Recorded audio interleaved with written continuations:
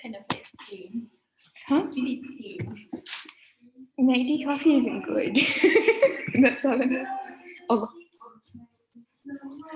I have like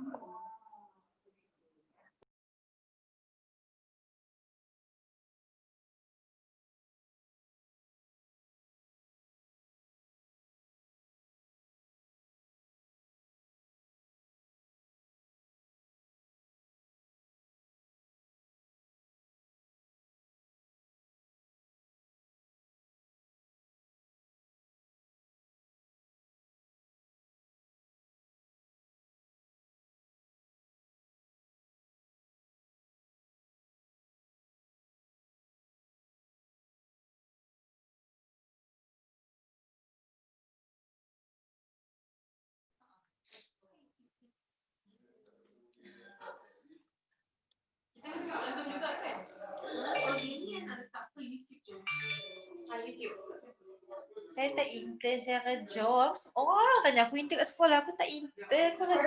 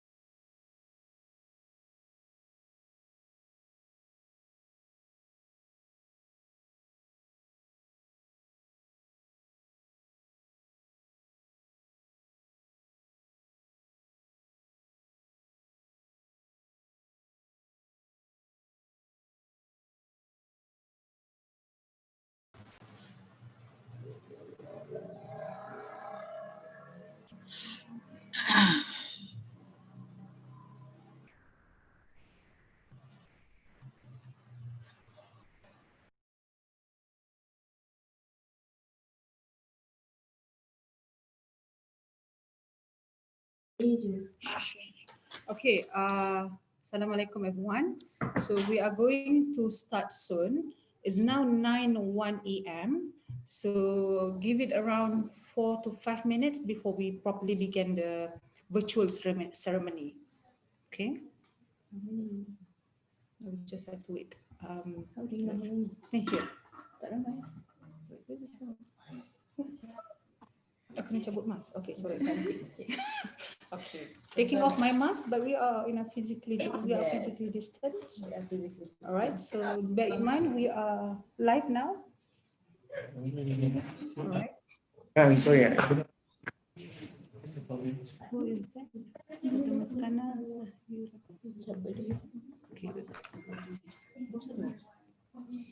Okay.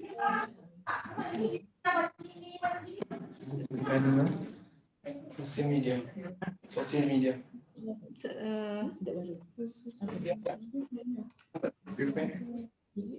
Oh, Dr. Wan.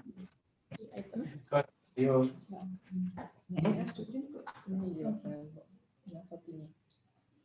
Right.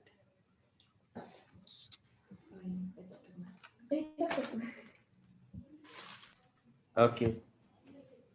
Is it camera on? Who is talking?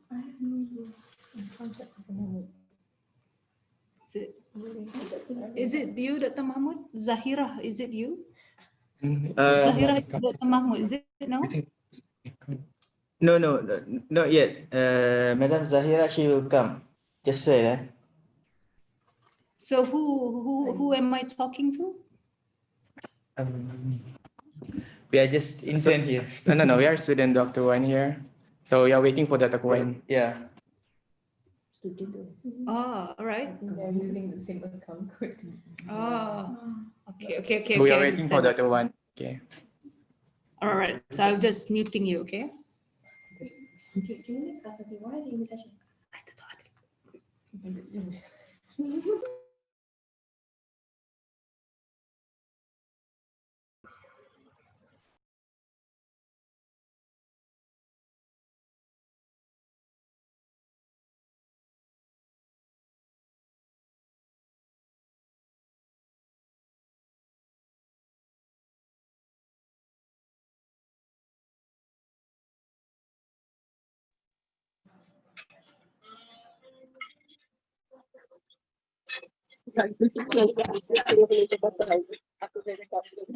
Assalamualaikum, Dr. Ruby.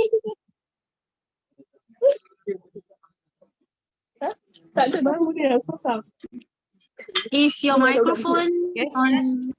What? Okay. Yeah, yes.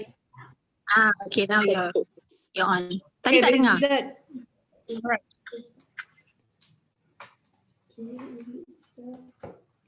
so alright.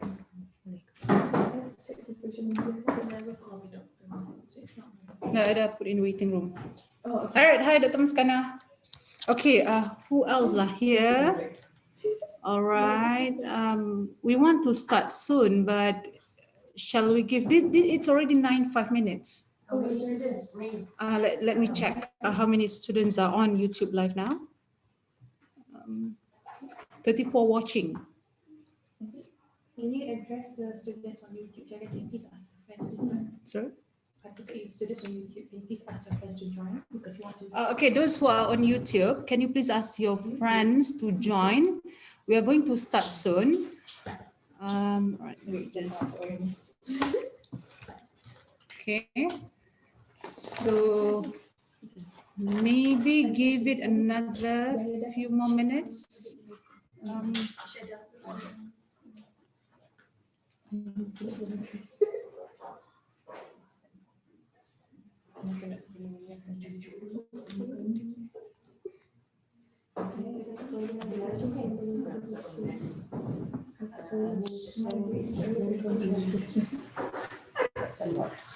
Okay. many of us are here. So Dr. Madiha is with me, Dr. Maimunah is also with me. So, all right. I think we don't have enough quorum, especially the lecturers. Can you remind us? The students actually. The students, they're supposed to be 34 watching now. So nak korang tak ada 90. Ada 90. Okay, where are the other 90 students?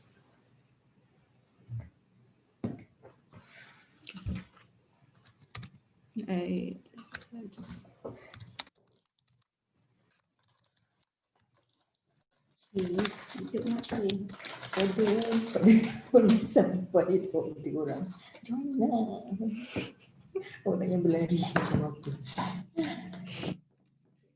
Yes, kita cakap pasal students.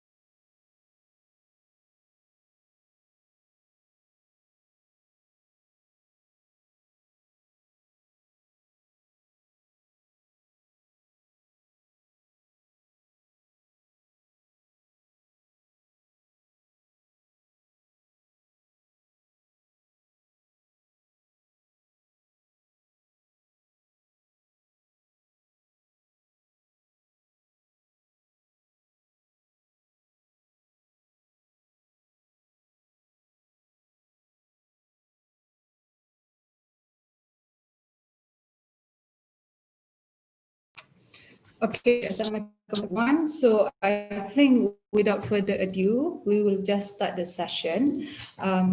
Okay, I'll pass the floor to the MC, Atika. So you have to unmute yourself.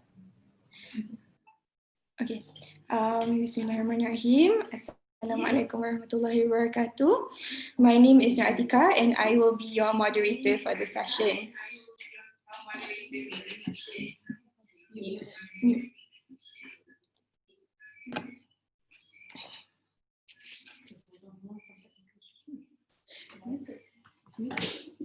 It's muted, tapi dia punya komputer punya volume kena low. Sorry people.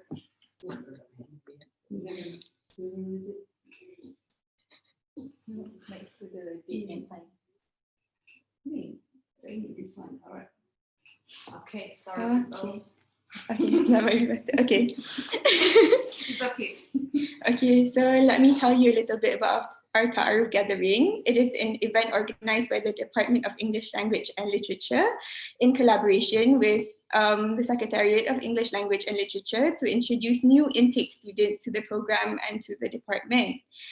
Our briefing today will be conducted a little differently than the ones before, as we are sadly unable to meet you face to face.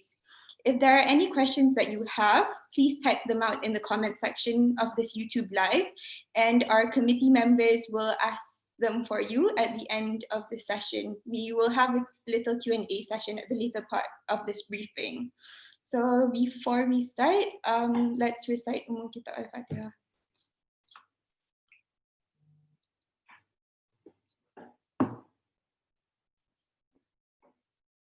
Okay, so without further delay, I would like to welcome our academic advisors, Dr. Rabiatul Adawiyah and Dr. Wan Nur Madiha Ramlan, to introduce you to the department, your study plan, and other important information regarding your program that will help you throughout the next 4 years.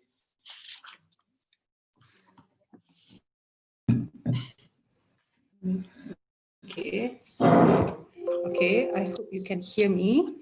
So we are in the same. Okay, so that's the Madiha. This is okay. Let us just introduce ourselves. Okay, I'm Dr. Rabiatul Adawiyah, or you can call me Dr. Ubi.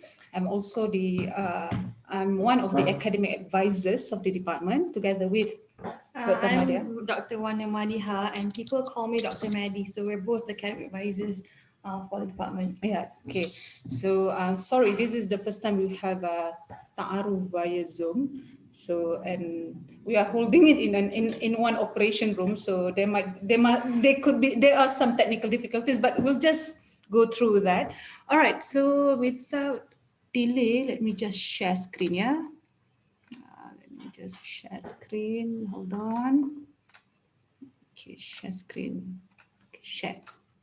All right. Can you see that? Can you see the? All right. Okay. Good.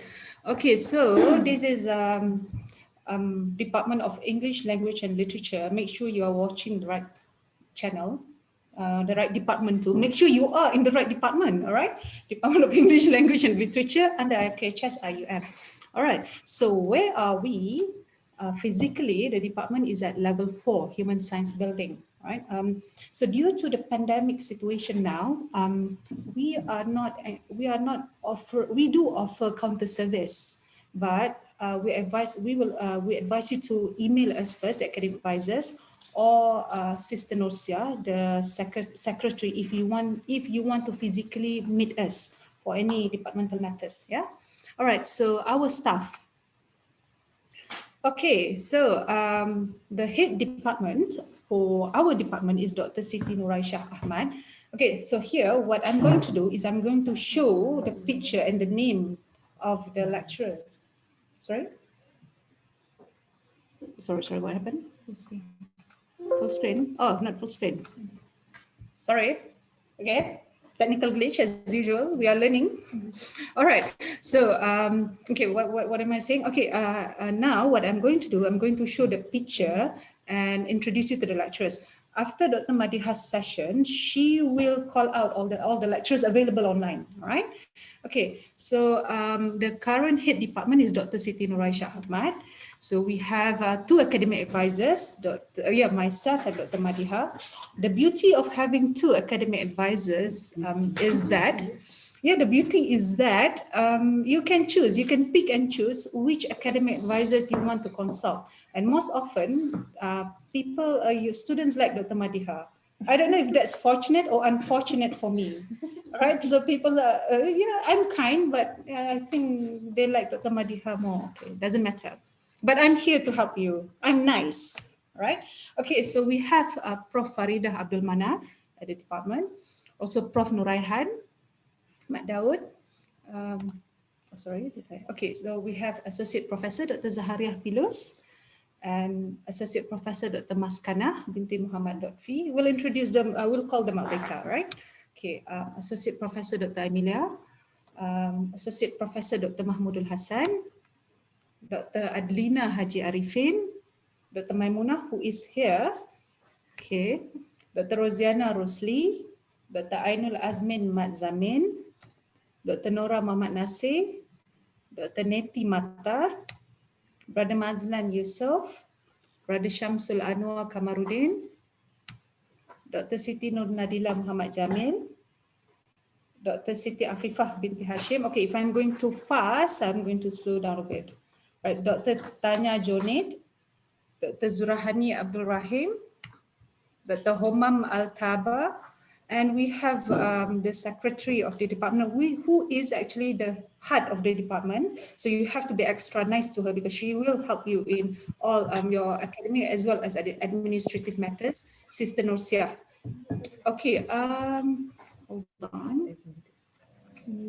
Is everything okay now on YouTube? All right. Okay, so let me explain who we are and who we are not. Okay, because there are several language programs on campus. So we are under Bachelor of Human Sciences, English Language and Literature, or BANL, or also the acronym also goes with DEL, Department of English Language and Literature. Okay, so we are affiliated under Kuliah of Islamic Revealed Knowledge and Human Sciences. Okay, and what we study, what we are doing, our business at the department is linguistics and literary studies in English. So those 2 fields are under social sciences, under humanities, right? So linguistics is the scientific study of language. This is different from TESOL, teaching of English as a second language under Kuliah of Education. Right? And the Kuliah of Education, then over there, you learn theories and practice of teaching English to non-native speakers. Okay, so to make a comparison. So I teach psycholinguistics. So if you ask me to teach you English until you can speak, I can't do that. I don't know how to teach English to you. But what I can do, let's say you are under Southpad now. What I can do as a linguist is I can chart your development. I can see how you acquire the processes in the acquisition of language. So that is linguistics, right? So I hope that makes it clear between Banal and TESOL. Okay, and then of course we are not Salpad. Salpad is improving proficiency in English, and we are also not KLM. KLM is located in Pago, and their focus is on international communication. All right. Okay, so I'm moving on. I hope it's clear. All right, so yes, this is the fun part, our activities. So I have to tell you, we are one of the most, if not the most vibrant department in Korea. Okay, I wish I can see you face to face, so I get some holler like, ooh. All right, okay. So the biggest and the most successful so far of our activities is this International Conference on Language and Literature in 2020. Before MCO, so we are the only department that managed to do a physical conference before MCO, right? 15 January to 17 January. So this is an international conference. It has attracted over 200 scholars from 16 countries. So some of our keynote speakers include the president, IUM president, if you can see here, IUM president, and also the rector. Okay. Not only that, we have keynote speakers from Western Sydney. This is Prof. Had, Prof. Muhammad Haji Saleh, the the laureate, and Dr. Satomi, Dr. Rosaslina from UM, and we had this bilingual bilingual forum at night. Okay, so it was a successful conference, alhamdulillah. So before that, we also had another international conference, which was in 2018. This conference was a collaboration between the department and sociology, Department of Sociology, IKHS. Okay, so you can see the number of scholars who attended the conference. All right, so some of the activities from ICLCS 2018. Okay, the theme was culture, on culture and language as well as society. All right, we also had mobility programs. Okay, we had visitors from UNISA, University of South Australia, visiting us in September 2017. All right, and they came back again in September 2018. All right. Okay, so some of the activities in that include cultural night. Okay, we also had visitors from Alauddin State University, Makassar, Indonesia. This was in 2018. Okay, and there were also students and staff from Dinia Putri, Indonesia, in April 2018 who visited the department for 2 weeks. So they liked us so much, they came back again in August 2018 with a bigger batch. All right. All right, so we also had visitors from UTAM. In 2017, we had this undergraduate research colloquium, which inshallah we'll plan to do for our final year project. Right, so for undergraduate research colloquium is like a conference, but instead of scholars, we will have young scholars, the final year project scholars, to present their findings. Right, inshallah we'll do it this next year. Okay, and we have this mobility program also where our students went to Brisbane and Sydney. This was in 2014, so they went to University of Sydney. All right. They also went to Gajah Mada University, Yogyakarta, November 2013. Unfortunately, because of the pandemic situation, so we don't have that luxury to travel anymore. But of course, with Zoom and all these online virtual meeting, we can always stay connected with all these universities. Yeah. All right. So some of the activities. All right, of course. What is Banal students without drama performance? But bear in mind, you are not in a theatre program, yeah. So your drama performance is part of the assessment, part of the activities that we have, not solely the activity that we have, right? Because some Banal students, they thought of Banal as theater program. No, that's just part of it, right? Okay. So, oh yeah, I would like to also announce about this Child Bilingualism Center of KRKHS. So we established this before MCO, which was in March 2020. So now this is a center of excellence for research, as I said, I put here, please, for research, discussion, fun, and lesson. Okay, that picture was before MCO, yeah? So now, because of MCO, we cannot go to school. But part of our project involves going to school and to chart how children develop Malay and English, right? So this is a center for research. In fact, we had done 2 webinars, international webinars, throughout the MCO. First in July with Western Sydney University here with Dr. Bruno, Dr. Ruying, and myself. And then in September recently, we have this webinar with Professor Gisela Hakanson, and we'll have more webinars under the center. All right, for new intake, for new students, what is the implications of this Center of Excellence to you? Okay, to tell you, I'm always looking for young and new talent to help me out. So if you're interested, you can contact me, but bear in mind, I need someone competent and reliable, all right? Okay, you are selling your soul to me once you agree to join the Center of Excellence. All right, okay, I also like to share with you, remember the ICLL 2020, the successful conference? Okay, so because of that conference, Alhamdulillah, the department's visibility has increased, meaning universities overseas, they realize, oh, we have a very good, very strong linguistic and literature department in IUM. So we have, inshallah, actually, we have started formal collaboration with this university. Okay, with these universities, Western Sydney University, Australia, UKM, Tokai University, Japan, Jinan University, China, Lund University, Sweden, Australian National University, Australia, and Melbourne University, Australia. Okay, I think, all right, so I'll pass the floor to Dr. Wadno Madiha. All right, Assalamualaikum everyone. So I'm taking over from Dr. Ruby's presentation. So now I'm gonna tell you what our panel graduates have been up to after graduation.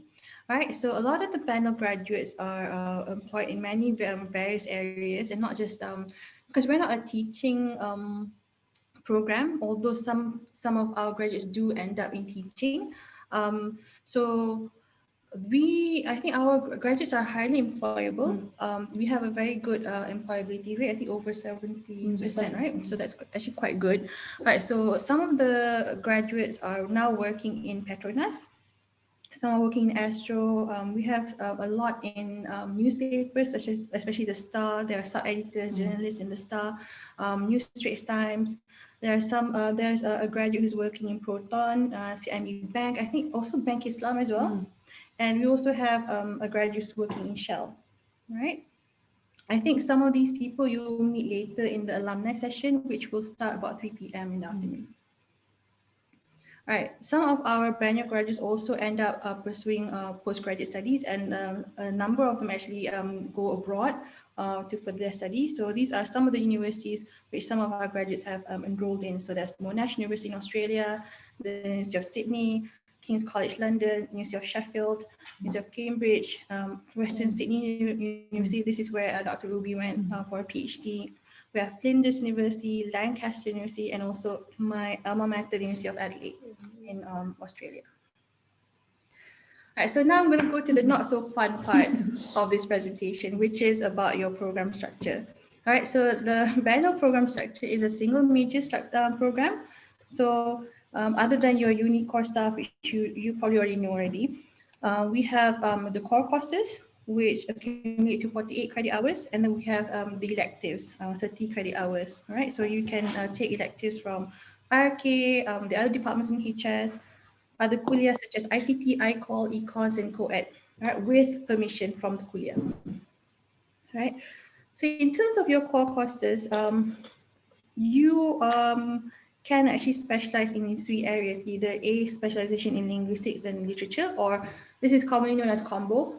Right. You can also specialize in linguistics, or you can go to the dark side and embrace literature. Right? Okay, so this is the simplified structure of the Benno program. Okay, what about minoring? I'm sure some of you actually have this in mind. So in our new study plan, there's no such thing as minoring. What we offer are actually open electives. So you're free to go to ICT, take out Introduction to Programming or anything, and then go to ICOL and get another elective. So in your transcript, there will be no indication of any minoring whatsoever. All right, just a list of courses you've taken or enrolled in. Okay, so for the 171 course package which you are enrolled in, I think, or this is similar. This is actually a course package that is suggested to you. We've not included anything from the other departments or other kuliahs. This is just Benno, a template for the Benno subjects. So in the first semester, these are the 3 subjects that you have to take, and I'm sure we are enrolling you in these subjects, right? So there's Introduction to Discourse, Advanced Rhetoric, Literary Genres, Drama and Poetry. And in the second semester, you will be required to take literary genres to the novel and the short story, and research methodology. And this is quite important because research methodology is one of the prerequisites for your final year project later. Right? So in year 2, semester 1, these are the courses that we suggest that you take. So there's social and cultural discourse, Shakespeare in its age and in modern context, and 1 department elective specific to your specialization if you want to take literature, combo, or linguistics. Right? So in the second year, second semester, you are advised to take the psychology of speech, speech and articulatory system, and another department elective. So you can refer these in your study plan. Right? And in your third semester in the second year, you may choose to actually start doing your internship already, right? You may choose to do so in the short semester. Now, in the third year, right, we suggest that you take 20th century British literature, and this is quite important as well because this is the other prerequisite for your final year project, right? And syntax, and also another department elective, right? And in your second semester in the third year, you have to take semantics and pragmatics because this is the third and final prerequisite for the final year project. If you do not have all these prerequisites, you will not be able to qualify for your FYP1, right? And then Islamic literature and English and another department elective. So this is the final year course package, which is like for final year project 1, you will be required to take it in the first semester for that particular year. Now, I think I'm not going to elaborate more on the FYPs because I think later Dr. Maimuna will be having her own presentation to explain to you about the final year project. And then you're suggested to take Lit Crit or Literary Criticism, Stylistics, and then for the final semester, FYP2, and then World Literature in English, right? So this is a breakdown. If you look at the bottom, this is a breakdown of the total credit hours for department subjects only. So 15 for year 1, 24 for second year, 18 for year 3, and year 4, 15 credit hours. So that's amounting to 72 credit hours. All right, in the event, in your 4 years of study, in the event that you actually need to take a leave of absence, you are allowed to take up to a maximum of 2 regular semesters off, whether because of emergency or because you're not well or there's any other issues that you have to go through. So if those who want to actually take a leave of absence, you will be required to fill in 2 forms, all right?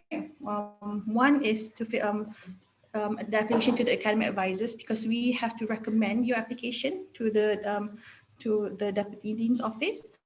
And then another form listing your subjects that you're taking this semester because you want to take leave and the lecturers will have to be informed. All right, so this has to be done before the 12th week of the regular semester, except if there's a very, very, you're in an emergency or you're very ill. Right, in this pandemic, I'm not sure if there's any new SOP for the coming semester's HTL, but Doctors Ruby and I will actually update you from time to time if there's any change to the SOP. So the application form can be found at KRKHS website. And remember, when you apply for a leave of absence, you attach whatever documentation you have. If you have a doctor's form, or if you have any other valid documentation, you just attach it with your form. All right. So application for readmission. All right. For this one is if you are a first level student with no disciplinary problems and you obtain a CGPA between 1 and 1.67, you may be considered for readmission if you have been dismissed. And readmission is only allowed once in your duration of study, right? A student of other level is not eligible for readmission except due to medical or valid emergency reasons. Right? He or she shall be readmitted into the semester where the CGPA is of good standing. So if good standing means that your CGPA is actually 2.0 and above. Right? A readmitted student must also obtain a CGPA of at least 2 at the end of the semester when you've been readmitted. If not, if you obtain anything less than 2.0 in that particular semester, you will fail and you'll be dismissed in its finality, right? Okay. Right. So a readmitted student shall not obtain a Y grade in any course taken this semester of readmission. Okay, so a Y grade shall result in his second dismissal. All right, Y is students actually get Y if they are barred from a course. So how do you get barred? So By not attending classes. or in a regular semester, meaning not like current semester. I'm not sure about the current semester, but usually if it's a normal semester, if you've been missing for 3 classes and you've not given your lectures any medical documentation, any valid reason to be absent, you'll be issued a warning letter, right? And then if you continue to be missing from the next 3 classes, the lecturer may issue you a barring letter.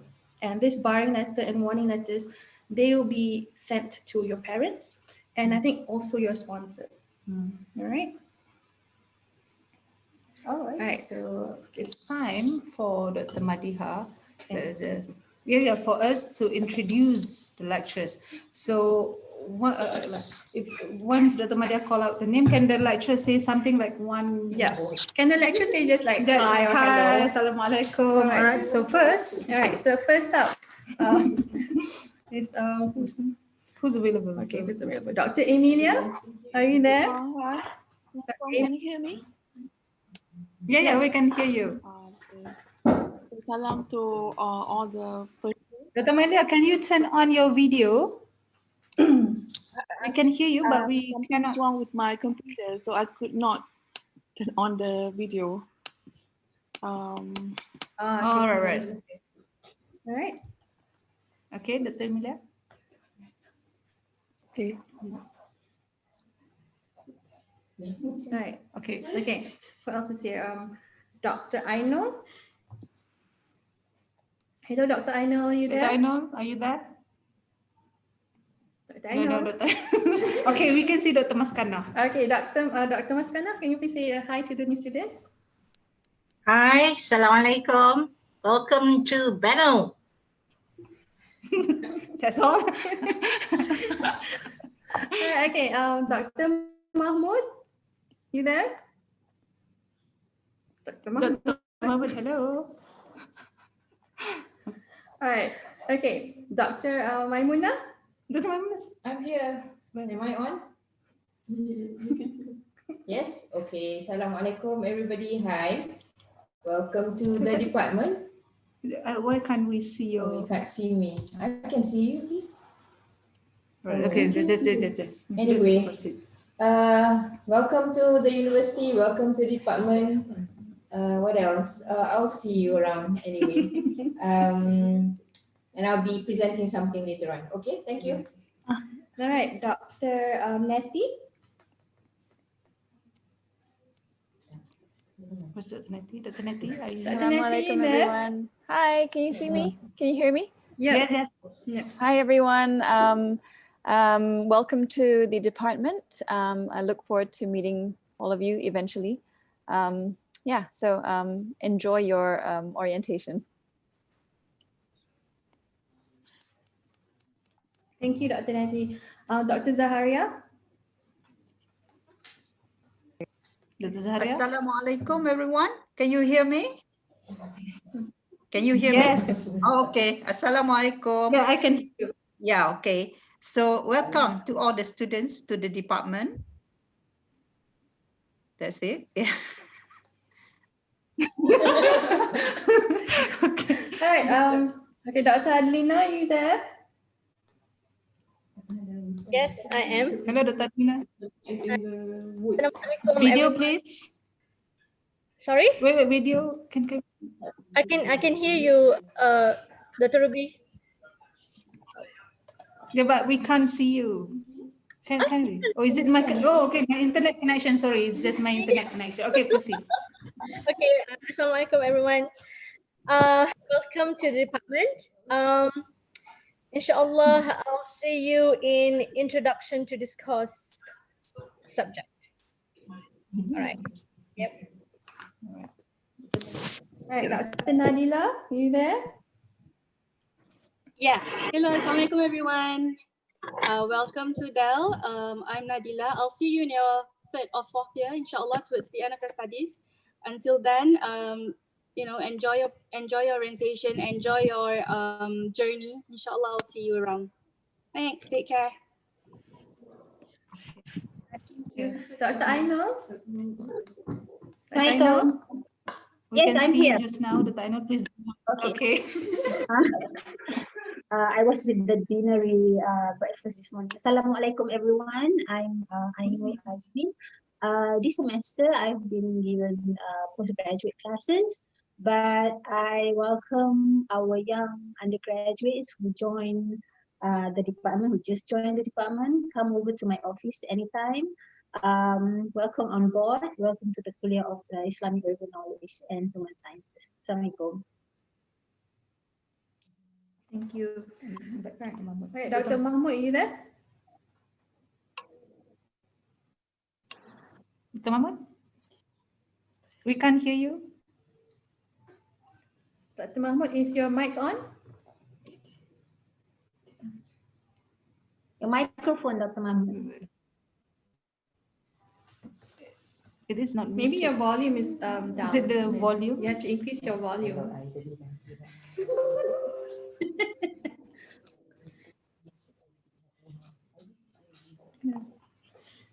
Come. Dr. Mahmoud, we can't hear you. We Can can't hear you. Adjust your volume, please.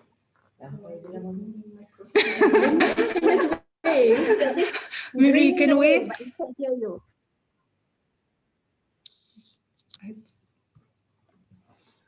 We can see you, but we can't hear you.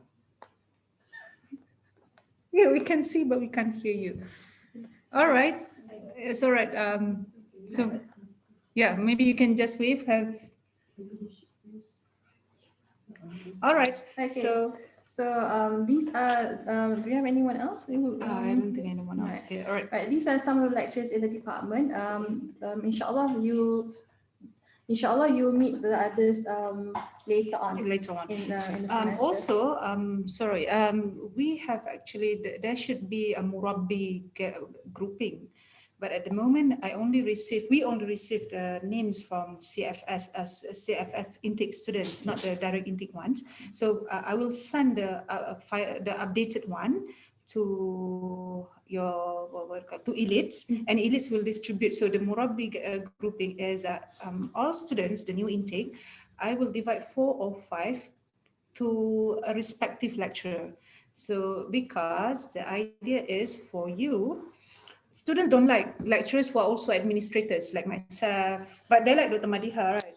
They like Dr. Most Madiha. of you guys. Okay, so they don't like, unfortunately, they don't like lecturers who are also administrators. But we need to know what's happening with you throughout your studies here. We need to know if you have any problems. So the reason we have that Murabbi grouping, so you can see the lecturer, and they will become sort of your, what do you call that? Yeah, Murabbi, how do you? Mentor, like a Yes, mentor. like a mentor. So if anything, and you are too scared to see me or too shy to see Dr. Madiha, or of course you don't want to see Dr. Aisha, so you can seek out to these lecturers, right? So they will, yeah, that's how the students operate. So we hope that by having this initiative, we can build rapport between the lecturers and the students as well. But as I said, because the names are not finalized, so I'll give the names later, right? I'm sure some of you have been approached by some lecturers already. We'll update you from time to time. We'll update the lecturers as well about their student list. So this relationship, we hope, will be nurtured for the next 4 years of your studies here. Right? So if you have any issue whatsoever, you please communicate with your respective Murabi, yeah, that's just a Murabi or mentor. Okay. All right. So what else in the agenda? What else? We have Dr. Maimuna, right? Yeah. Okay. Okay, thank you, Dr. Ruby and Dr. Madi, for that interesting presentation. It was very informative. Moving on, I would like to invite Dr. Maimuna Abdul Qadir, our final year project coordinator, to inform you about the final year project. So, wait. Okay, you say hi first. Hi. Okay, hi first. All right, let's All right. share screen, yeah? Where is it? Let me just check here. Okay, so let's just talk like that. Hold on. Okay. So you, Yeah, I guess not. it's okay. Just, All right. Okay, Assalamualaikum everybody. I am, as Atika has said, I am the FYP coordinator. FYP stands for Final Year Project. So I know it is technically a final year thing, but you can start thinking about it from now. It is under ENGL 4994. Okay, so it is a level 4 course, and it is over 2 semesters. I'm just going to give you some brief ideas, some information about it, but you won't be doing this until your final year, or at least until you have completed some prerequisites. Okay. Now, what is it? It is a research-based work. This is something new. We are only going to start this this semester with your seniors. It is a research based on your experience as an undergraduate student, your 3 to 4 years as an undergraduate student here at IIUM, and it will be paper-based, which you will do over 2 semesters. The first one is called a final year project 1, and the second is final year project 2. FYP 1 is done in the first semester, which you technically cannot fail.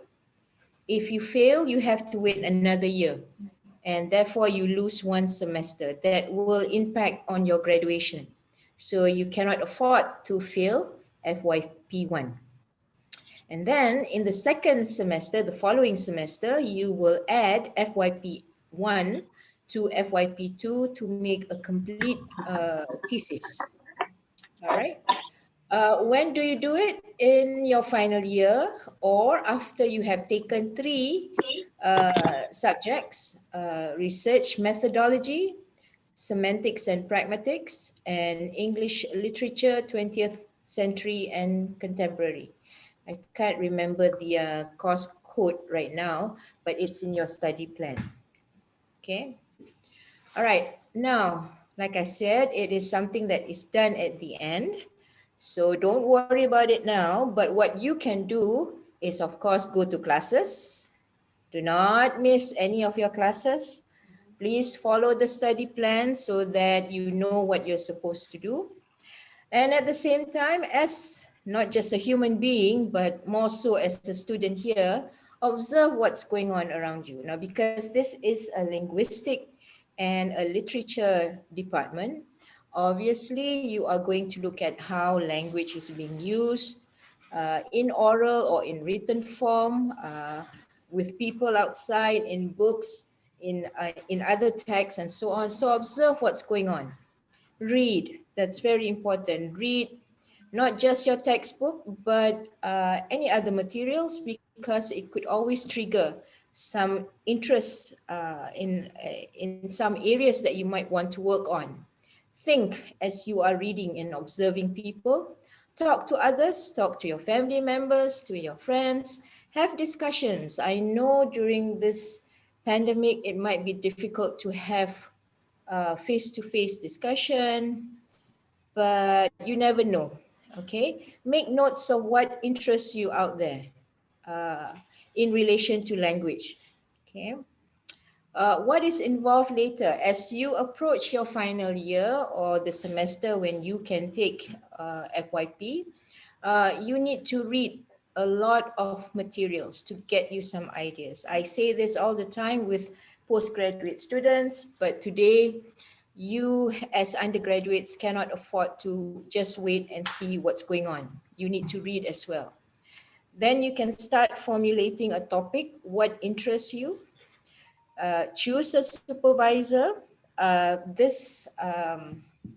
What we have experienced so far in our first intake of FYP student is that since the MCO started in March until September, we have had ample time for students to choose supervisors. So I have had students coming to me through email, obviously not in person, but through email since March, May. And some people wait until the last minute. So only, we are still finalizing who is going to which supervisor. So if you are keen to work with somebody that you like or you think will not kill you in the process, so choose quickly. All right. Once you have chosen and once you have registered, you have to stick to this supervisor for 2 semesters. Right? You cannot change midway, right? So it must be somebody you think you can work with, right? And then obviously you need to register for the course. FYP1 is also known as research proposal. There are basically 3 chapters: introduction, literature review, methodology. It's about 5,000 to 6,000 words, roughly 17 to 20 pages. So it's not very long. It is very much doable, and you get to practice all your writing skills, explore all avenues, work on all your experiences and knowledge about what you have learned here. So that would be FYP1. You will submit it. It will be graded. You cannot afford to fail this. And then you combine FYP1 with the second part, FYP2, and it is also known as the final thesis. You add chapters 4 and 5. You may need to make some corrections to FYP1, and at the end you put together a paper or a thesis that is roughly 10 to 12,000 words long, roughly again 30 to 40 pages. Okay, so this should be something that you should enjoy doing because it's something that you are keen on or something that you like doing. But since we have not had the experience, like I said, this semester 1 will be the first time your lecturers get supervisees, so we don't know what's going to happen. Hopefully it would be an enjoyable experience. These are some possible topics since I teach social and cultural discourse, which is also known as Introduction to Sociolinguistics. These are some titles that you may want to do. Distinctive features, it could be phonological, of English usage among Indonesians. So you can go around recording Indonesians speaking in English and identify what is unique phonologically about the way they speak English. Another topic, possibly you could look at gossiping. I know it's not good Islamically, but it is an area that is very popular because people seem to get excited when they're talking about gossip. gossiping. So maybe you can look at similarities and differences between male and female students, male and female workers, and so on. Or you can look at gossiping between women in the urban area versus women in villages. So you can go home, check on the, all the makcik, for instance, or the pakcik at the coffee shop, coffee stalls, and just observe and then take note of how they gossip. Because for men, it's not called gossiping. All right, it's something else. Come to my class, you'll know better. Then you might want to look at communication styles between urban and rural youth. You might want to check on how Mat Rempit talk. We don't have much data on that. Or look at how transgender people talk. I had one student last semester writing a paper on transgender people. The influence of gender on giving feedback, okay? You might want to look at text like advertisements. Look at what Milo has done over the decades. Look at the advertisements. Differences in reporting events, certain event. It could be political, it could be social, it could be cultural, anything. Same event, but in 3 different newspapers. It can be local or you can go global. You can go international and look at international newspapers. Okay. So basically those are the things that you need to pay attention to. You're not going to do it immediately, but think, observe, read as much as you can so that you get some ideas of what you want to do. Okay, thank you very much. Okay.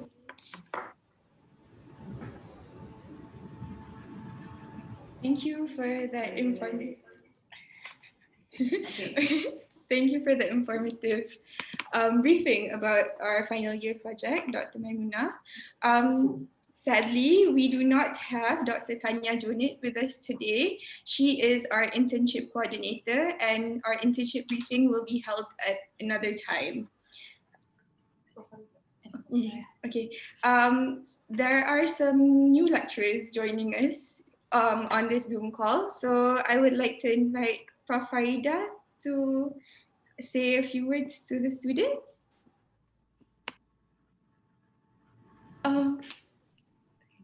Hear me? Okay. Maria, you just unmuted me. Thank you. Assalamualaikum. Bismillahirrahmanirrahim. I'm Prof. Farida. Prof. Cannot hear. Hello? Prof, we can't hear you. Okay. Boleh dengar? Sekarang boleh dengar? Boleh. Alright. Assalamualaikum ya. Yes. Again, sorry for being a little bit late.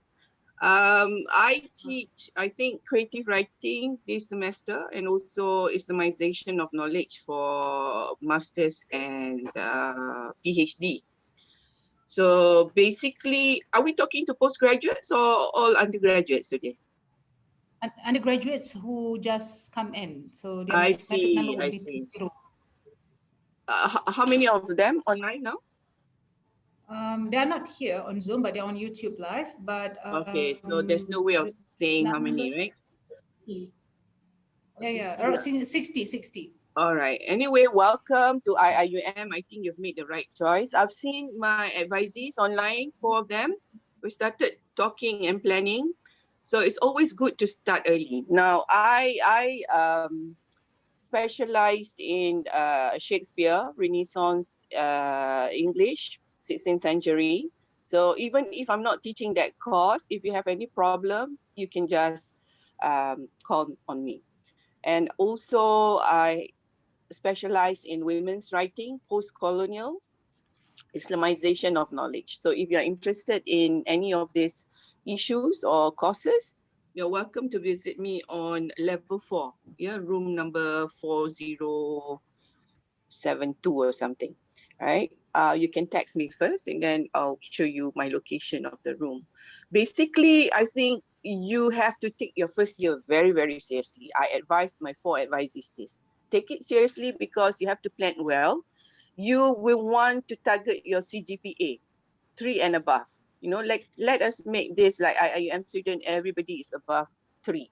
Because if you have a good CGPA, more doors will open to you. If you are thinking of applying for masters, most universities will only accept if your CGPA is 3-pointer and above. All right. So I think it's always good to treat your first year seriously, no play, you know, because once you drop out, once your CGPA drops, it's very difficult to catch up in the first, second year, and so on and so forth. We are here to advise you. I suppose you have informed them that, yeah, that every lecturer has got a mentor-mentee. I've got, you know, I didn't know that they have not registered, so I reach out to them, and then one parent say, "Who's this? You know, why you know, my husband's phone? It's good to be proactive. Why are you calling my husband's phone?" I didn't know that, you know, the student gave their father's phone number. But it's good. It's good. I think it's a good initiative that we are given for students to a lecturer, and then we can guide them. Thank you so much. Thank you, Prof. Farida. Now we have Prof. Raihan. Assalamualaikum warahmatullahi wabarakatuh. You can see me? Okay. So I'll be teaching computer assisted language learning, or the modern title is technology enhanced language learning. I will not be seeing you, I think, until you got into your final year. That it's a final year course. So what I can say is good luck to you and do your best.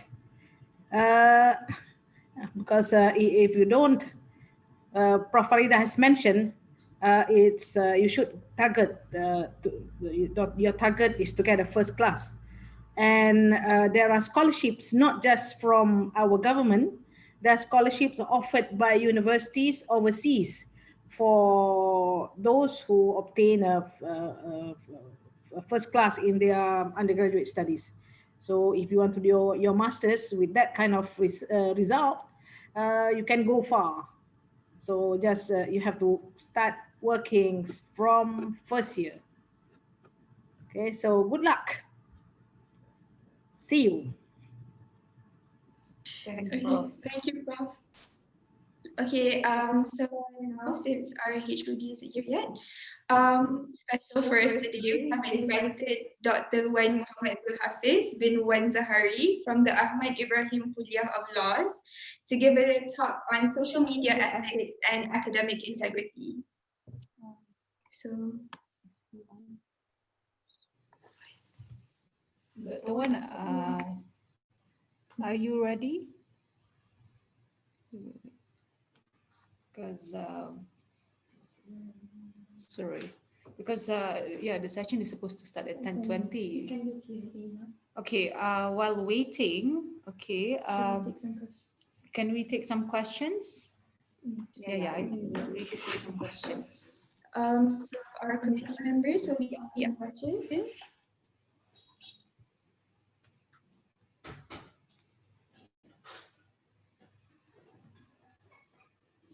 Okay. All right, so hold on.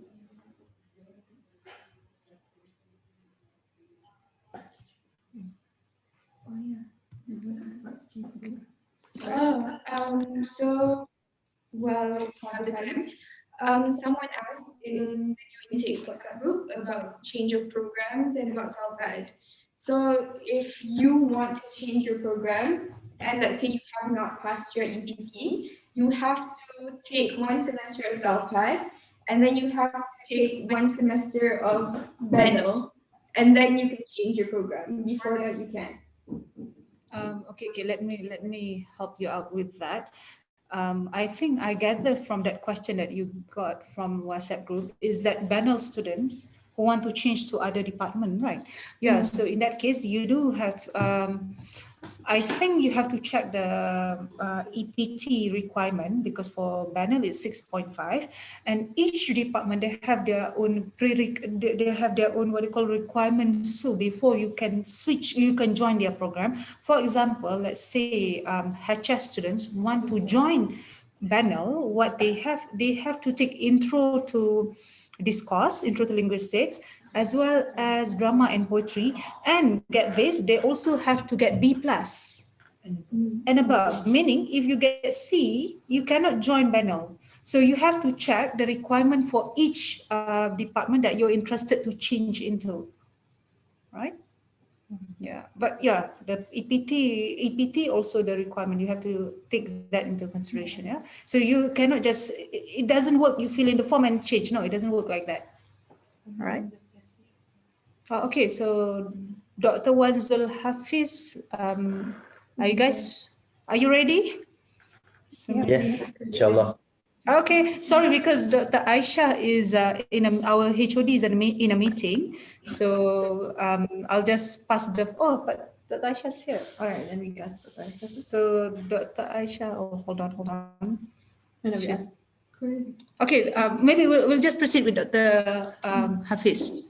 Okay, you can just proceed with Sutaisha first. Maybe I'll come later. Sorry? It's okay. You can just proceed with Sutaisha first. I come later. Okay, all right. Yep. Dr. Aisha. We give space to the HOD. Okay. I was just going to, can you hear? Yeah, great. Okay. I was just going to, I just told my, the academic advisors to proceed with Dr. Hafiz first because I was in a meeting. So, okay, so we're done with the briefings before this, yeah, Dr. Ruby? Yeah, we're done. Okay. All right. Assalamualaikum warahmatullahi wabarakatuh, and very good morning to all who are following this department briefing. First of all, I would like to thank the academic advisors, Dr. Ruby and Dr. Madiha, as well as the students who have been planning this and executing this event. I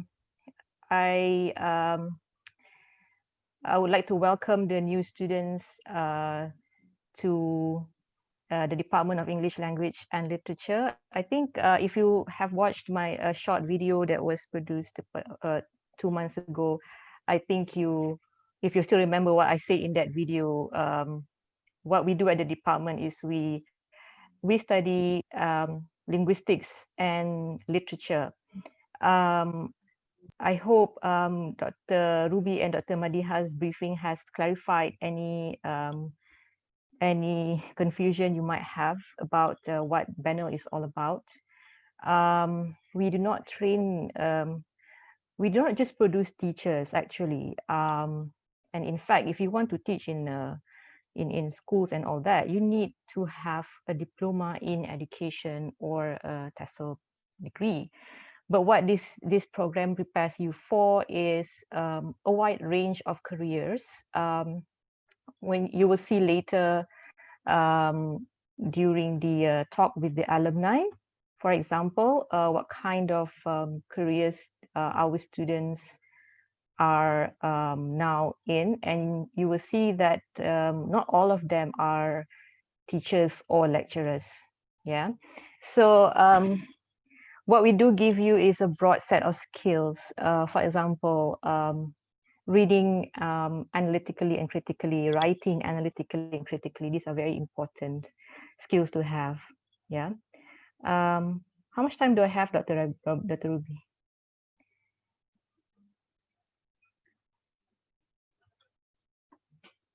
Sorry, actually, it's up to you. Okay, but yeah, I won't take long because I know it is very depressing to stare at a screen for a long time. Okay, right. I'm sorry, I did not have time to prepare a proper speech for this. So I'll just basically talk about what I know. I think what I'd like to speak about now is the importance of reading, because you are enrolled in a program that requires you to read, and my worry is that you don't like to read, or you like to read headlines or tweets, and that, you know, reading very short text doesn't help a lot, right? So reading is a skill that that a student of English, whether you're interested in linguistics or literature, must have. And unfortunately, we are not going to make you read tweets in classes. We're going to make you read a lot of very thick books, right? Linguistic subjects included.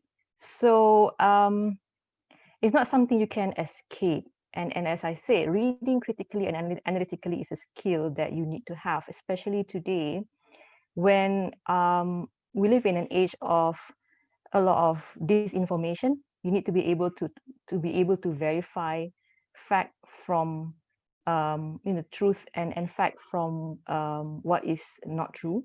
Okay, you need to be able to sift through information and to evaluate each information, and that is a skill that reading will definitely help a lot, right?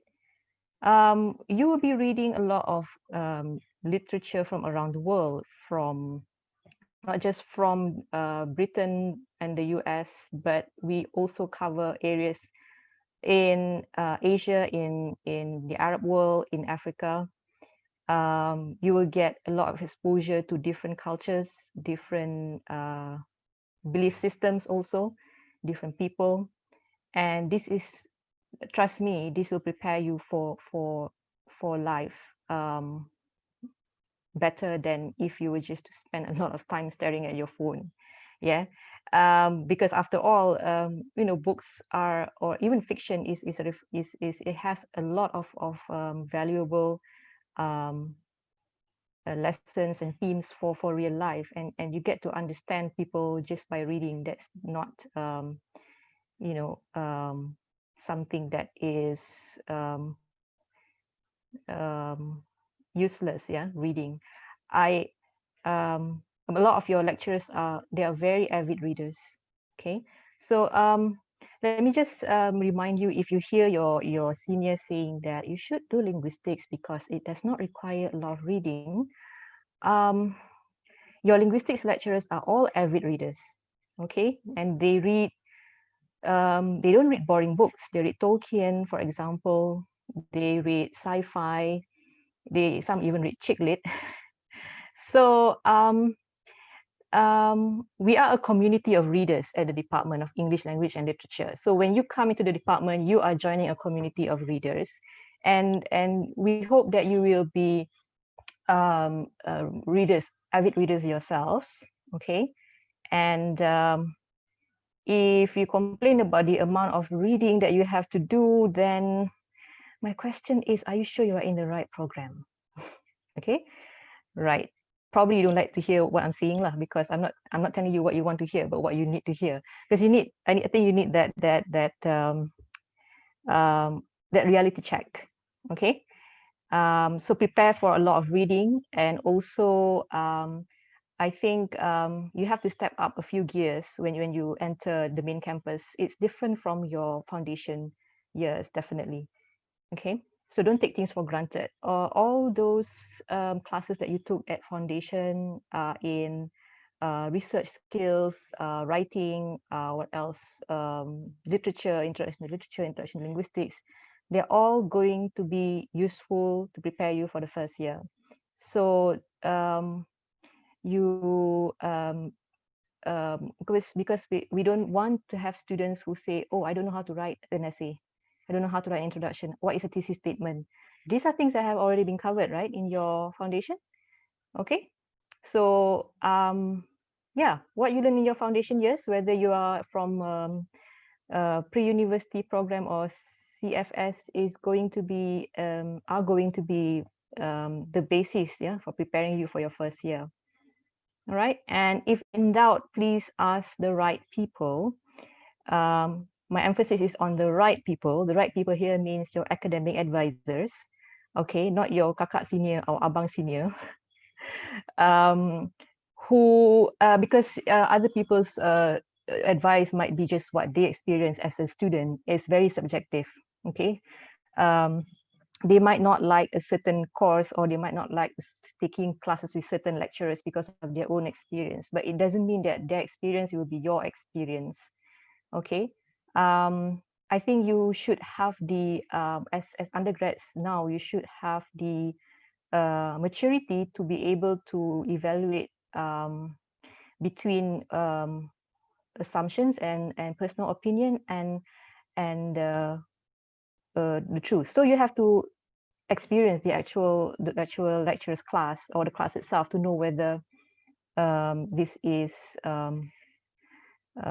as bad as it's made out to be, or is it as good as it's made out to be, and you make up your own mind about it. Yeah, so you have to use your own judgment, and while you may be given different advice by unofficial channels or unofficial persons who do not represent the department, you need to be able to tell with your own, using your own judgment. Okay. So I'll stop here, and I'll pass the floor over to the next speaker. Thank you again to the academic advisors. Okay, thank you so much to our HOD, Dr. Aisha, for that wonderful speech. And we have to remember that we need, as English students, we have to read a lot. And this is very true. So let's move on to our next session regarding social media ethics and academic integrity. So let's welcome Dr. Wan Muhammad Zulhafiz from the Ahmad Ibrahim Kuliah of Laws.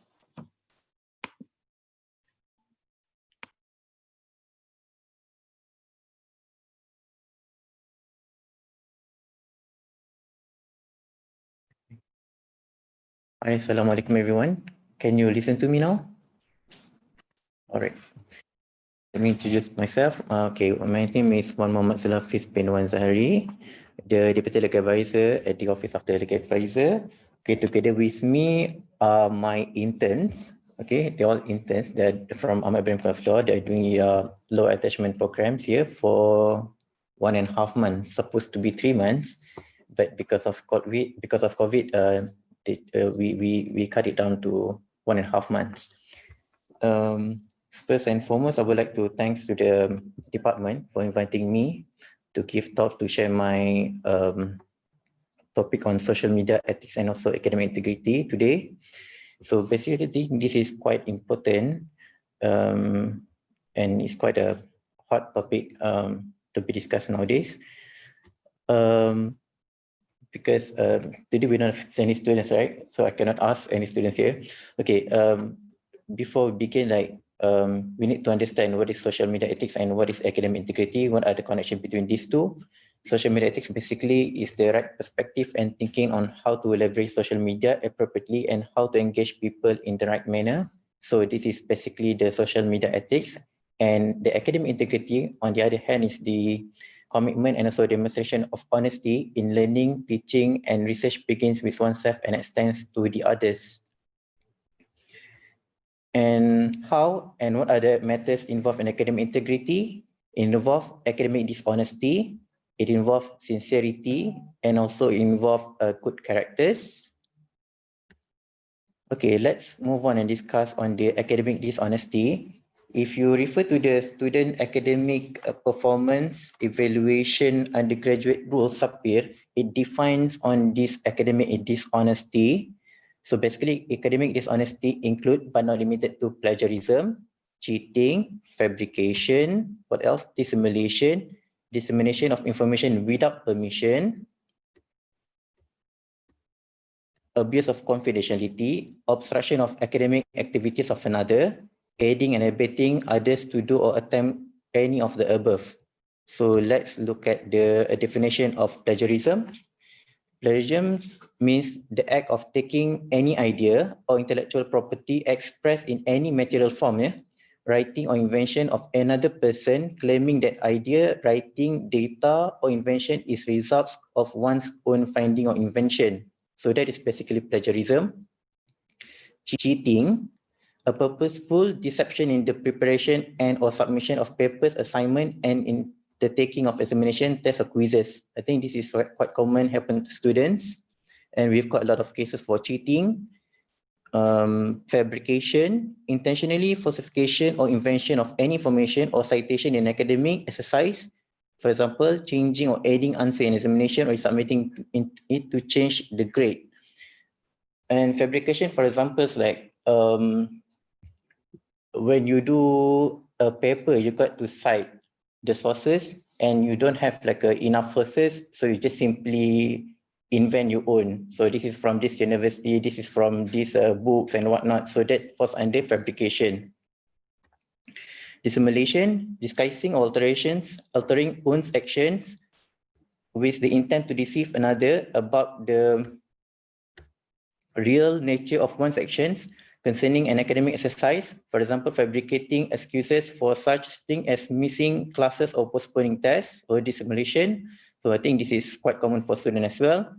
Dissemination of information without permission. Information or experimental data was collected with a member of faculty or another student and was disseminated without their permission. So this is dissemination of information. Abuse of confidentiality. When you take or release the ideas of data of others that were given with the expectation that they are confidential. So basically you take the data from one person and you abuse the data. And obstruction of academic activities of another person. Okay, this is when you have like a like a hidden agenda to interfere with the scholarly activities of another in order to harass or gain unfair academic advantage. So that's for under obstruction of academic activities of another. Aiding and abetting others to do or attempt any of the above. So basically, when you don't actually do directly all this misconduct, but you aid or you abet or you help, you fall under academic dishonesty as well. Okay.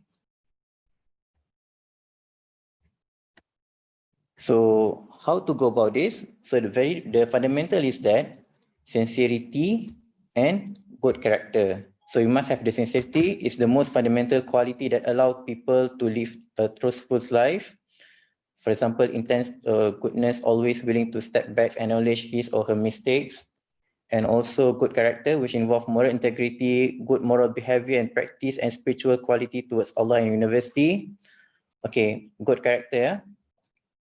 I just want to give you an example. For example, we are the Islamic University. We are the Islamic University. Of course, our value would be different compared to any other universities outside there.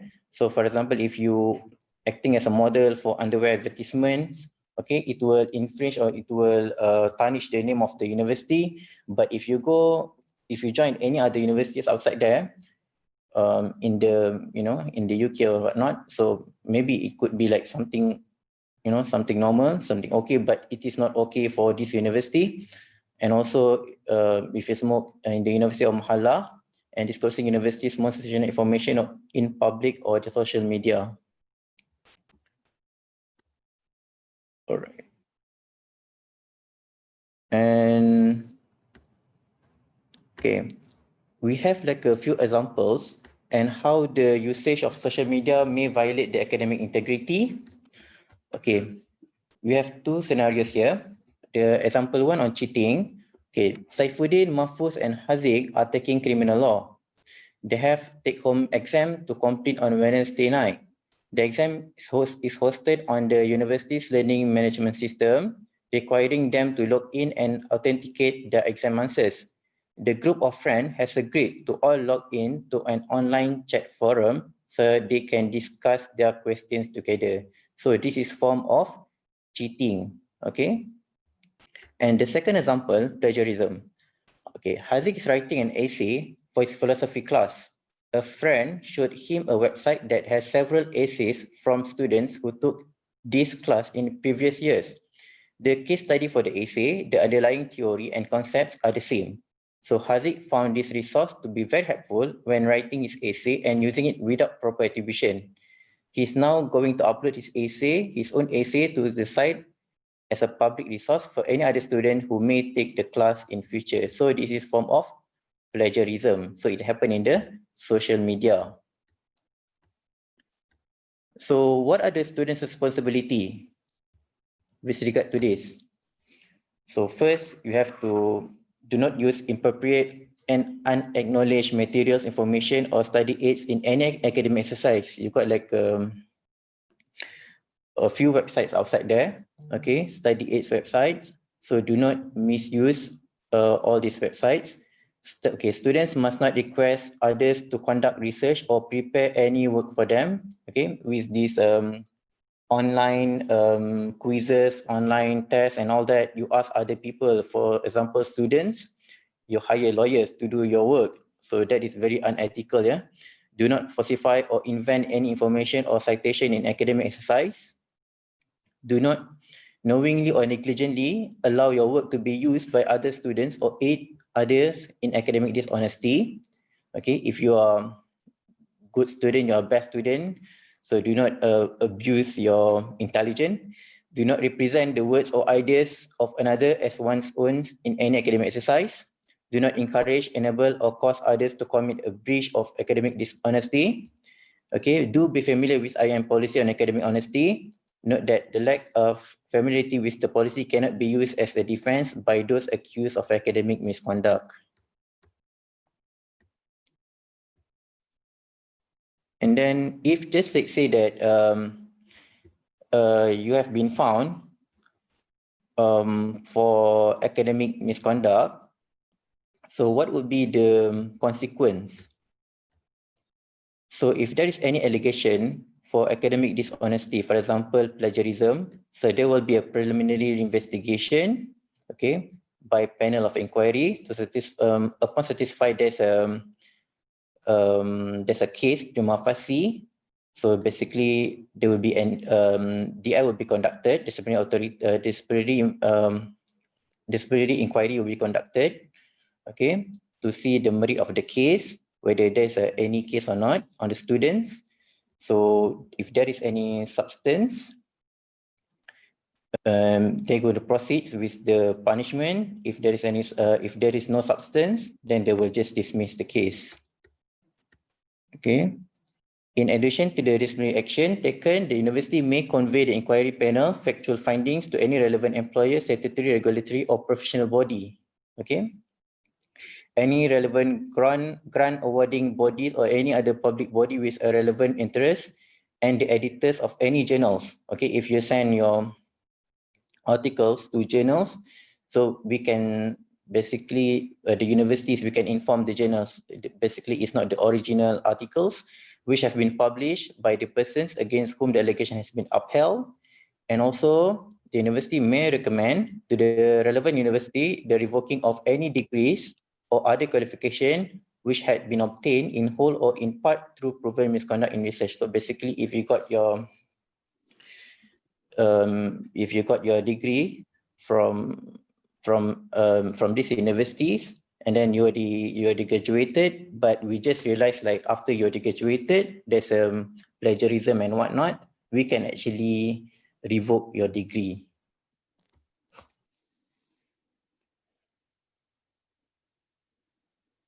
The misuse of social media may lead to an offense. How, yeah? Okay, this is quite important as well. This is regarding defamation. Okay, if libel, what is libel? Yeah. Okay, libel is publication of false statement of fact that seriously harms someone's reputation. It consists of defamatory statement made in some permanent and visible form. For example, written words in articles, newspapers, Facebook posts, or WhatsApp message. According to Section 2 of Defamation Act 1957, the words include pictures. So the words doesn't mean like words, you say that, this and that, but also include pictures, visual image, gestures, and other methods of signifying meaning. So there's no need to prove actual damage, and it will be presumed that damage will result. Okay, statements that may be found libelous, for example, charge any person with crime or with having been indicted, convicted, or punished for crime, imputes in him the present existence of an infectious, contagious, or loathsome disease. Okay, these are the samples here. Tends directly to injure him in respect to his office, profession, trade, or business, either by imputing to him general disqualification in those respects, blah, blah, blah. So for example, you say that, you try to say something about your lecturers with regard to his capacity in his profession. So basically that amount to defamation. So make sure when you want to say something about anyone, you have conducted due diligence, thorough due diligence. Okay, let's look into Islamic perspective about this issue. Okay, what is integrity? Integrity is istiqamah, akhlaqiyah, or nazahah. It's an essential moral quality emphasized by both Quran and Sunnah. It underscores a serious attitude towards divine commandment and unshakable commitment to moral obligation. Okay, integrity refers to wholeness and rightness of character, consistency of word and deeds. Okay, the Quranic injunction shows the integrity is a complex notion that combines and connects several other Quranic concepts, includes wisdom, hikmah, sincerity, ikhlas, and also good character, husnul khuluq. Yes, I think that's all.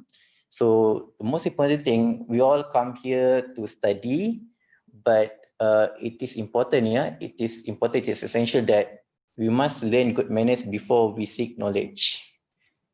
Yes, I think that's all. Doctor, from us. Okay. Thank you so much, Dr. Wan Zul Hafiz. If I may ask one question, I think that is very enlightening. And you said something about Facebook posts and WhatsApp. What about Twitter? Does it include? Because I think for our students, the younger generation, they are into Twitter. Okay, so if I give you a situation, let's say this group of students do not like me, all right? But okay, let's say this group of students, they do not like me, they do not like my class, but because after hearing your your talk, they realize they cannot put my name on Twitter, yeah. So they say, oh, this doctor who teach psycholinguistics, she sucks. And then they start uploading all the materials. Look at what she teach in class. So so from the legal perspective, is that a crime? I still, for me, is unclear. I think the students are unclear too. Maybe they think, oh, this is just freedom of speech. They are allowed to say anything on Twitter. So what's your take on that? So basically, it falls under defamation as well. So under the torts law, we have a concept of innuendo and whatnot. So basically, the lecturers, they can bring this matter for legal suit if you want. Okay, you can get compensation. Okay, so even though they don't put my name specifically, but they just say the lecturer who teach this subject. Yes, so that's but of course you need to, later on in the court, you need to prove, it is you actually, basically they actually address to you about the subject matter. All right. And also one more, just because we are in this online learning situation, it is not allowed, right, to upload materials from classes, like if the lecturers have uploaded materials from, let's say, WhatsApp or Google Classroom, and students uploaded that on Twitter. So is that allowed? No, it's not allowed because it is actually the intellectual property of the university. So the students, they must ask the permission from the owner, from the lecturers, from the university. Otherwise, the students basically, they have infringed the IP of the university. So the university can bring action against the student for infringe of the IP. All right. Okay. That clears things up. Thank you so much, Dr. Wan Zul Hafiz. Or maybe we have questions from the lecturers about academic integrity, some of the issues that we might have here on campus. Okay, no question. All right. So, Nuraihan. Oh, sorry. Prof. Nuraihan. Prof. Nuraihan, yeah. It's good to see you again. Oh, okay. I saw you dapat jumpa dekat KLM like long time ago. All right. Okay. All right. So if there aren't any questions, what is on the agenda? Yeah. Thank you so much, Dr. Wan Zul Hafiz. Okay, thank you very much. Thanks all. Very enlightening. Thank you. Nico. Stop sharing. You can. All right. Okay. Thank you so much, Dr. Zulhafiz. Now we will be moving on to our Q&A session. introduce the lecturers? Oh yes. Oh, sorry, I forgot. There are two other lecturers that have come in that we have yet to introduce. So firstly, I would like to invite Dr. Hong Hong to say hello to the new students. Sorry, I didn't get you. Would you like to say a few words to the new students? I am okay. Bismillah.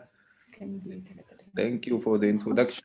My name is Humam Al-Tabba and I mostly teach literary subjects. I am very happy to be here and I'm very happy to welcome all the students to this semester. Please stay safe and wish you a successful semester ahead.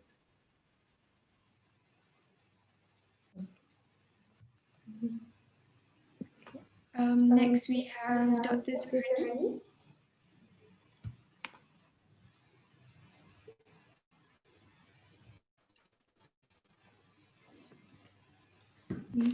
Dr. Zurani, are you here? Hi everyone. Can you hear me? I'm sorry. Can you hear me over there? Good. All right. So welcome everyone to the Department of English Language and Literature. Congratulations for making it into the department. I'm sure you will enjoy the range of courses and all the lovely lecturers that we have here in the department. All the best to all of you. At any time, if you wish to talk to any one of us, just go ahead. I'm here. My name is Zurahani, and I guess that's it. Take care and stay safe. Thank you. Okay, thank you, Doctor. Now we will be on to the Q&A session. I would like to invite the committee members to ask. You may type your questions in the YouTube Live comment section, and our committee members will be asking for you.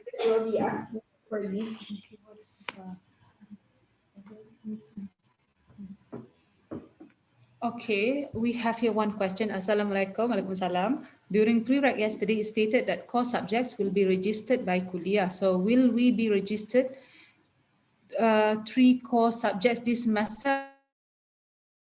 I think what you mean by core subjects is the department subjects, introduction. Yes, so subjects such as intro to discourse, drama and poetry, and advanced rhetoric, we will register it for you, but only that. So the other subjects you have to register on your own. Okay.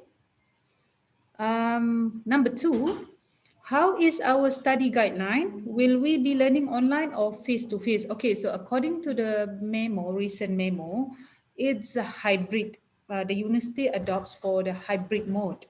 But at the moment, we will begin with online first. So you have to play by the ears, but not play by ears, play by ears, how do I say? The lecturers will inform you when they will resume with face-to-face classes, but face-to-face classes will eventually be conducted. But at the moment, it's online first. Okay, let me just add to this. When what we mean by face-to-face classes, it's not like having physical classes, like everyone is in one room or one venue. It's mostly tutorial style, in small batches, or consultation style. So there won't be like face-to-face lectures, the traditional lectures. Right. All right. So, okay, this question is a little bit tricky. Maybe, okay, the third one is in relation to the previous question. I'm planning to take my open electives this semester as I might be changing my program. Is it possible if I were to postpone taking core courses this semester? All right. So I have to ask this from the senior admin from DDAA. Because the main thing is you need to be registered with 15 credit hours. All right. So if you are less than 15 credit hours, DDA will flag you. We still have to add the subjects, but I'll get back to you later. All right. Okay. What is my questions here? Okay, for the second question, what was it? Oh, well, okay, but I'm confused. Isn't prereq is the register? We don't register the subject officially. Yeah, prereq is the register. You register pre-registration. All right, but it's just for the new students. We will register 3 subjects for you. Okay, the departmental core subject, as I mentioned before, intro to discourse, drama and poetry, and advanced rhetoric. But the other subjects, you have to do it on your own. Okay, you have to make sure you have 15 credit hours. At the moment, we still go with 15 credit hours. We don't know, it might be lesser next from Ahmad later on. What is it? So it means that right now we need to drop the subjects that we pre-read. No. What subjects are you registered? The 3 ones, right? Advanced rhetoric. So you cannot drop that subject. There's no option for dropping, because if you want to drop that subject, you need to ask our permission. So now we are not dropping any of the subjects that we have registered for you. Okay. Oh, All right. Sorry. I think they're talking about if they applied for electives or anything like that. Oh, for electives. They've already registered for electives. Okay. Should they drop those?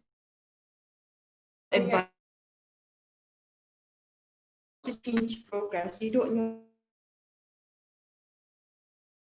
yet, and then later on electives.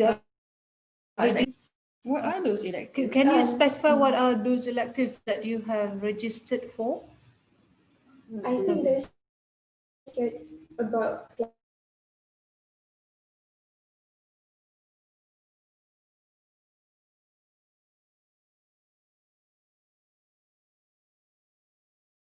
they're scared.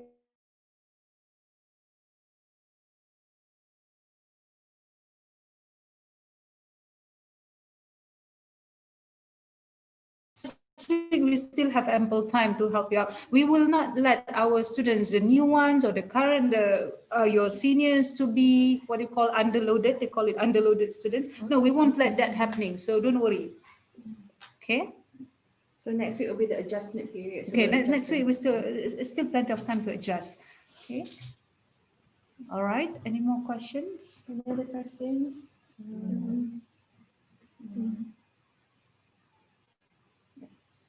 On YouTube, it's 30 seconds lagging behind. So they might just get the information now and then come up with the on YouTube is a little bit, there's a delay.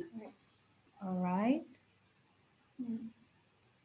Okay, so, okay, there's one more question. Okay, what if the subjects were just, what will happen to the students that are already back at home or planning going back to their home when the hybrid face-to-face learning session is conducted?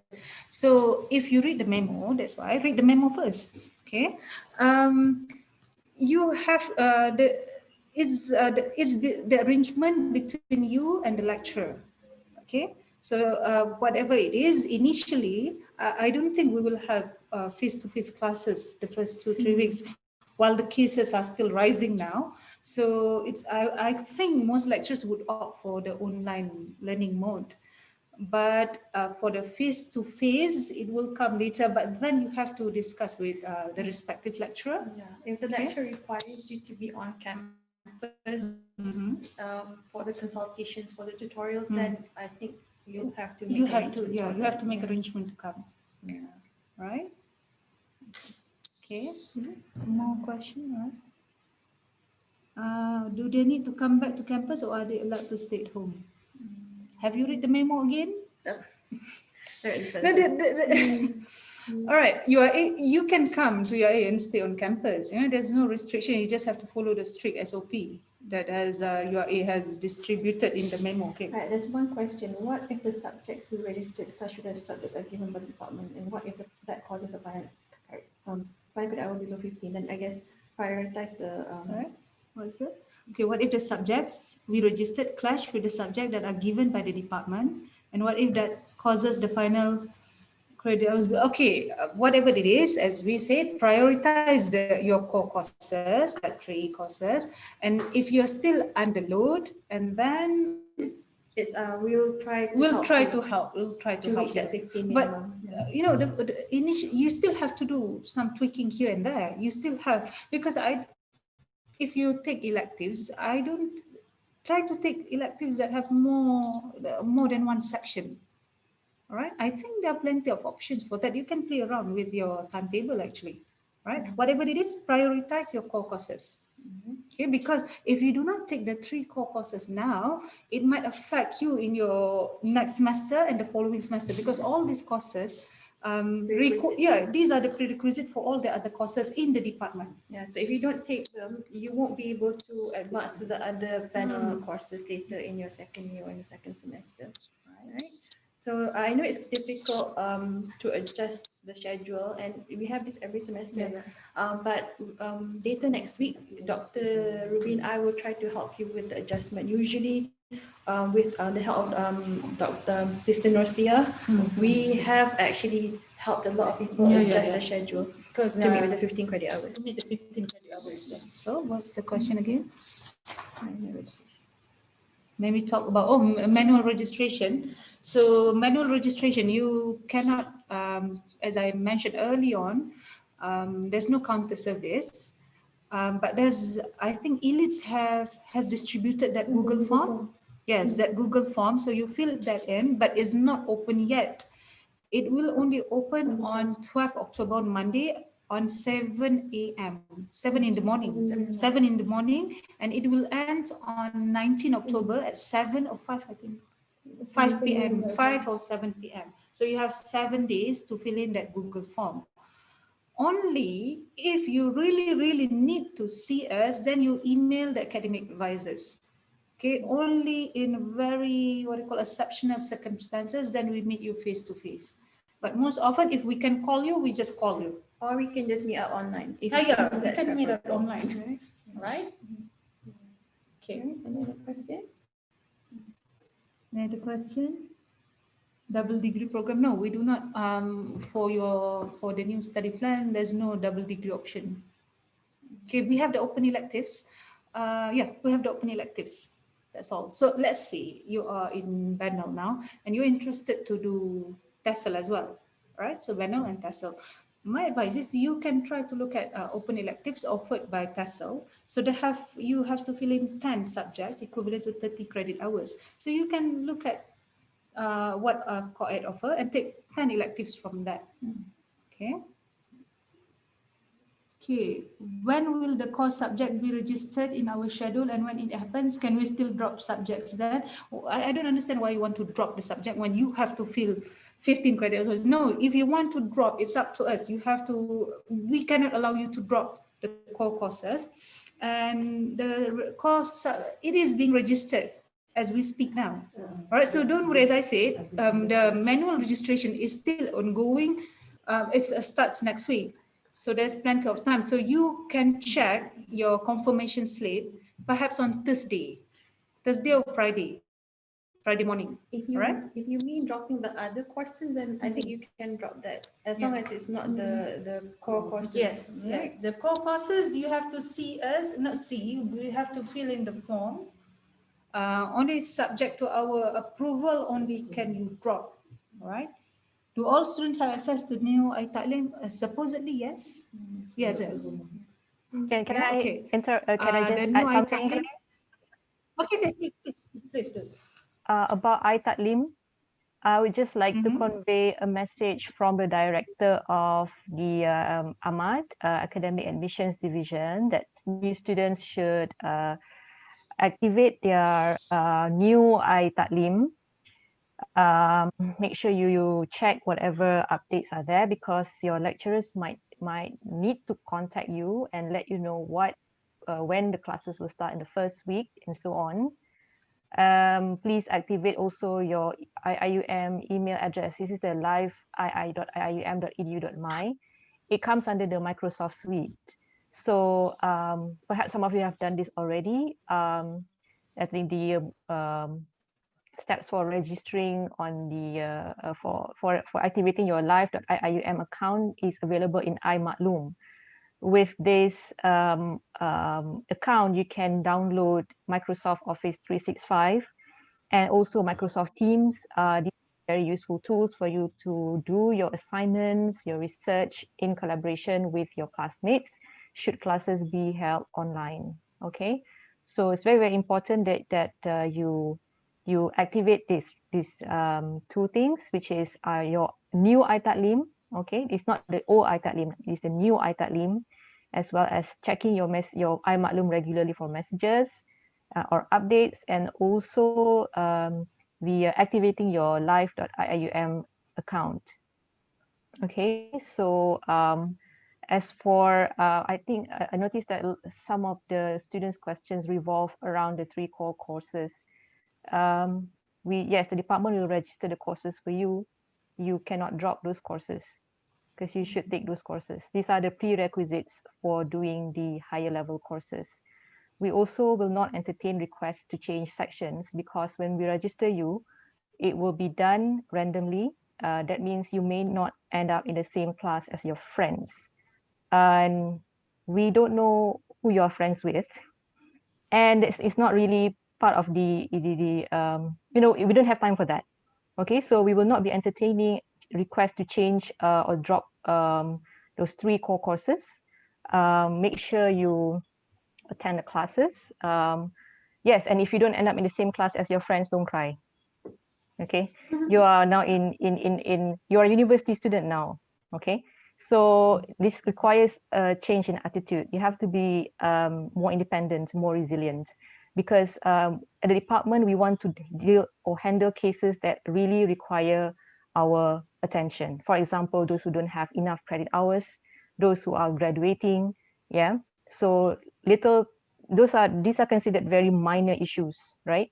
So if you're given section 1, for example, stay in section 1. And if you want to go to section 2 and you say it's because your friend is there, sorry, we don't entertain those requests, right? Our staff is handling a lot of things, and we don't have time to entertain personal requests. Okay. Also to add to that, other than what the Tasha said, something about being, you want to be with your friends. Also, I heard about some of your seniors suggesting some lectures, especially like intro to discourse. There are 3 different lecturers, right? So I don't know what you heard from your friends, but I can assure you all the lecturers that we have are competent, right? They are all good. So maybe you have some, but as Dr. Aisha mentioned before, the experience would be different. So what happened to your seniors, it wouldn't happen to you. Whatever happened to them, it would be different for you. So please don't judge the lecturers based on what you heard from your seniors. Yeah. Okay. All right. Any more question? Come to the class first, then you can evaluate yourself. All right. So let's check if we have any more. Okay. So are you sure no more questions, or is it on WhatsApp or something? All right. If there aren't any more questions, I think that's it, right? Okay, just to remind you that in the afternoon at 3 p.m., we have invited 5 alumni, 5 of our former students who are now working in various sectors.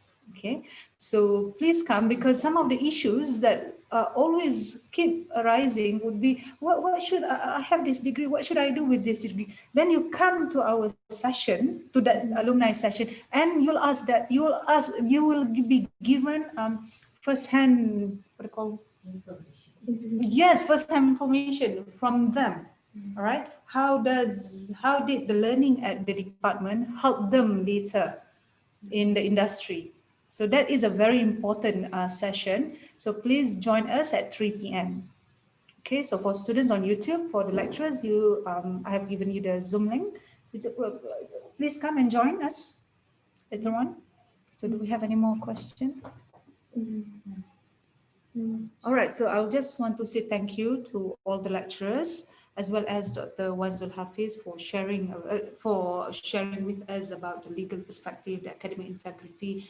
Those are very, very helpful, very, very informative.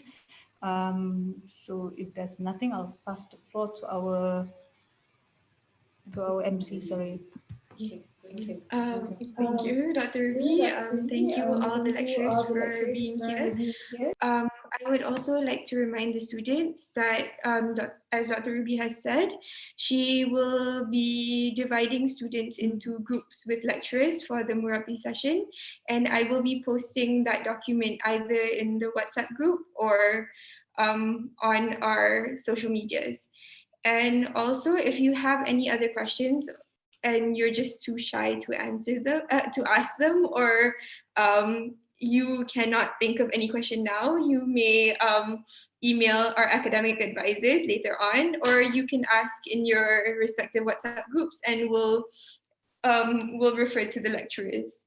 And yes, don't forget our session at 3 p.m. I think that's all. Thank you. Thank you for coming to the briefing.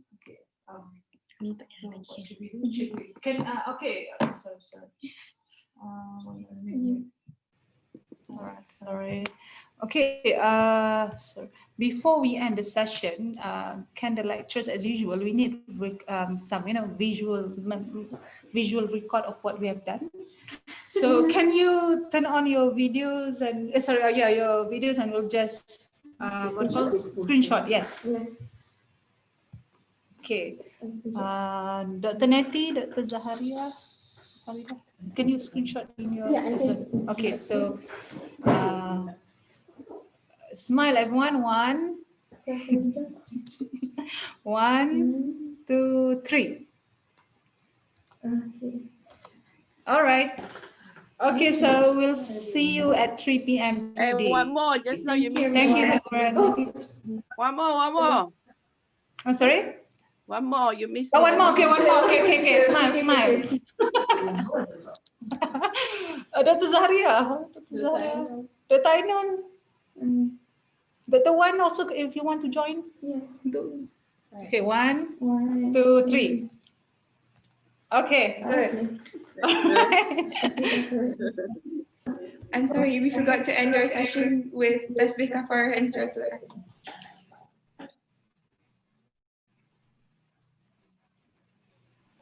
Okay, thank you for coming. Thank you, everyone. See you at 3 p.m. Okay, so